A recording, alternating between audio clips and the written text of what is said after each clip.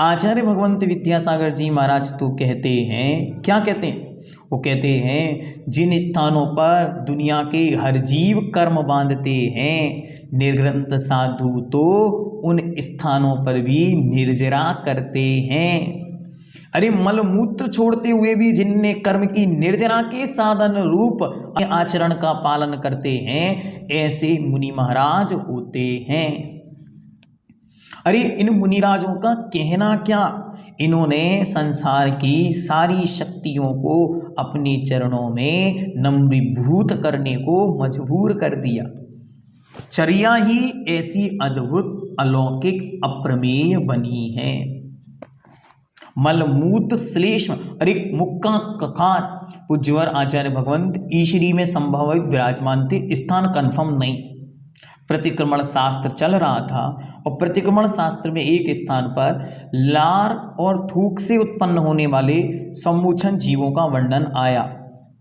आचार्य महाराज ने बहुत विचार किया क्या करना चाहिए, और उन्होंने उस दिन नियम लिया, आज से मैं आजीवन कभी भी कफ थूक खकार को बाहर छेपित नहीं करूंगा। ऐसे महान साधक हैं, उनकी त्याग, उनकी तपस्या और उनकी साधना हम सबका परम सौभाग्य है। पूज्यवर निर्यापक श्रमण मुनि पुंगव सुधासागर जी महाराज बार बार कहते हैं, क्या कहते हैं? वे हमेशा कहते हैं वे मुनि बने ये उनका सौभाग्य था, लेकिन वे आचार्य बने ये हम सबका सौभाग्य था। उन्हें मुनि दीक्षा मिली ये उनके गुरु का उन पर उपकार था, लेकिन वे आचार्य बने ये संपूर्ण सृष्टि पर उनका उपकार है। क्योंकि जो वो चर्या का पालन करते, उस चर्या का दान, उस चर्या का मार्ग और उस चर्या का आचरण उन्होंने अपने शिष्य और अपने प्रशिष्यों को अच्छी तरह सिखाया है और उसी मार्ग का अनुसरण कराया है। ये मार्ग कहाँ से आया? ये मार्ग भगवान कुंद कुंद देव का है, ये मार्ग भगवान अरिहंत देव का है, ये मार्ग साक्षात भगवान महावीर स्वामी का है, ये मार्ग भगवान भट्टकेर देव ने ग्रंथराज मूलाचार्य जी में जो अक्षरों में लिखा था, उसे आचार्य भगवंत विद्यासागर जी महाराज ने जीवंत कर दिया। अभी रिसेंट घटना है, अभी 8 नवंबर जो बीता हुआ 8 नवंबर है, आचार्य भगवंत डोंगरगढ़ में विराजमान थे। हम लोगों को वहां पर जाने का सौभाग्य मिला, मुझे मंच संचालन का सौभाग्य मिला। सारा का सारा प्रोग्राम हुआ, उसके बाद मैंने निवेदन किया, पूज्य श्री हम लोग आपको अर्घ समर्पित करना चाहते हैं तो 2 मिनट का समय दे दीजिए। वो उठकर जा रहे थे तो वो एकदम से रुक गए। रुके तो मैंने अर्घ सबने बोला, अर्घ के बाद मंत्र का नंबर आया।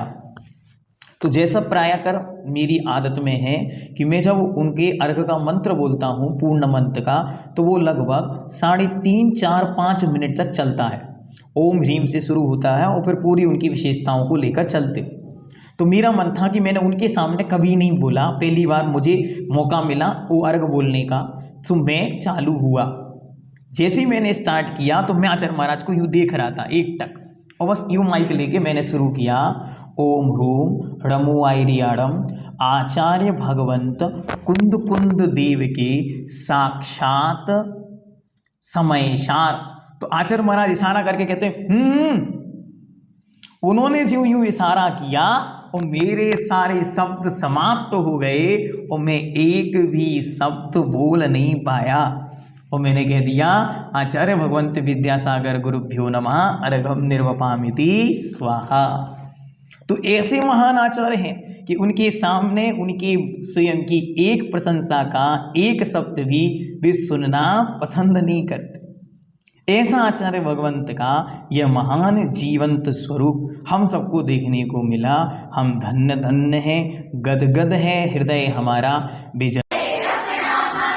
इनके जीवन की हर चर्या बन पड़ी स्वयं ही नवगाथा। जय नागम का वै सुधा कलश जो बिखराते हैं गली गली। जिनके दर्शन को पाकर के खिलती मुरझाई हृदय कर भावों की निर्मल सरिता में अवगाहन करने आया हूँ। मेरा सारा दुख दर्द हरो ये अर्घ भेंटने लाया हूँ। हे तपो मूर्ति हे आराधक हे योगीश्वर हे महासम ये अरुण कामना देख सके युग युग तक आगामी वसंत। हमारी अधिष्ठात्री श्रीमती शीला जी और अध्यक्षा श्रीमती सुशीला जी अपने स्थान पर खड़े होकर पूज्य गुरुदेव को अर्घ्य समर्पित करेंगे। ओम ह्रूम नमो हरियाणम। श्रीमदाचार्य भगवंत गुरुदेव श्री कुंद भगवान के साक्षात जीवंत समय सार मूल आचार्य भगवंत गुरुदेव श्री विद्यासागर महर्षि राजिभ्यो नमो नमः। अनर्घवद प्राप्त महारत्न निर्वभाविते।